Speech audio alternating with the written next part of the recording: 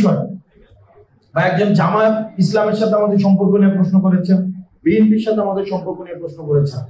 তো মজার বিষয় হচ্ছে বিএনপি আমাদেরকে বলে আমরা জামাত, আবার জামাত আমাদেরকে বলে আমরা বিএনপি।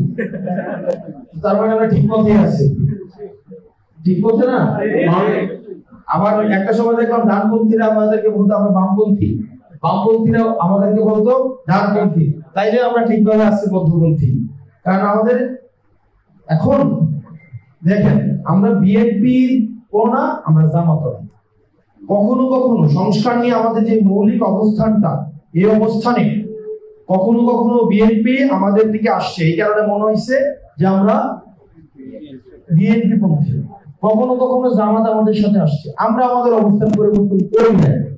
এখন আমাদের জোট, আমরা কাদেরকে আমাদের জোটে নিব এটা নির্ধারণ করবেন কারা সংস্কারের পক্ষে আছে, কারা আমাদের ইনস্টিটিউশনাল রিফরমেশন এবং কনস্টিটিউশনাল রিফরমেশনের পক্ষে আছে, কারা এই 24 পরবর্তীতে যেই জন আকাঙ্ক্ষা তৈরি হয়েছে সেটা হলো কি যারা বাংলাদেশ গড়তে চায়, আমরা তাদেরকে সাথে নিয়ে আমরা হচ্ছে পরবর্তী বাংলাদেশ বিনির্মাণ করব।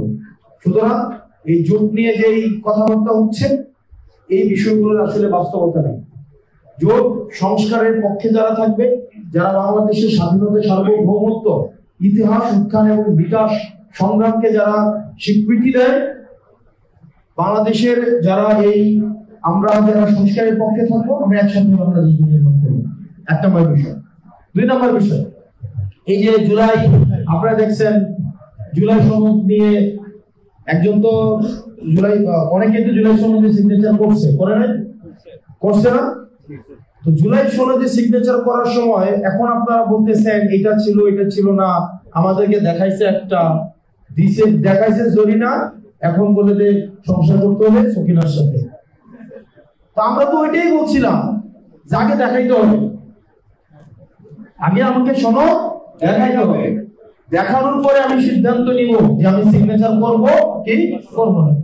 তখন তো আপনারা আমাদের বিরোধিতা করছিলেন, এখন তো আবার ঠিক পথে আসছেন। এখন জরিনার কথা বলে যদি সকিনাকে দিয়ে দেয় আর এই কথা শুনে যদি আপনি সিগনেচার করে ফেলেন, তো এই দায় আমরা নিব কেন? আমরা তো শুরু থেকেই বলে আসছি। মাত্র 30% টাকায় জমির মালিক হয়ে নতুন বাংলাদেশের গড়ে তোলার স্বপ্ন দেখা বাংলা বসতি।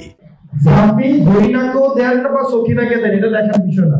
দেখার বিষয় হচ্ছে কাকে দিবেন, এটা আমাকে আগে দেখাই দিতে হবে।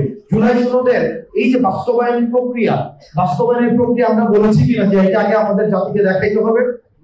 আমরা কোথায় সিগনেচার করছি এটা আমাদেরকে আগে দেখাইতে হবে। এই যে এখানে আমাদের মুসা ভাই আছেন, এই সংসদ কমিশনে কাজ করছেন, শাহিন ভাইরা আছেন, ওনারা কিন্তু বারবার এই জিনিসটা প্রশ্ন করেছেন। আমাদের কথা এখন ওইটাই, সেটা হচ্ছে গণভোট, এটা হচ্ছে একটা সংস্কার বাস্তবায়নের একটা প্রক্রিয়া। এখন যে বিষয়টা গুরুত্বপূর্ণ সেটা হচ্ছে অতি দ্রুত এটার অর্ডার জারি করতে হবে, আদেশ দিতে হবে, আদেশ। এবং এই আদেশ দিবে ডক্টর মোহাম্মদ ইউনূস।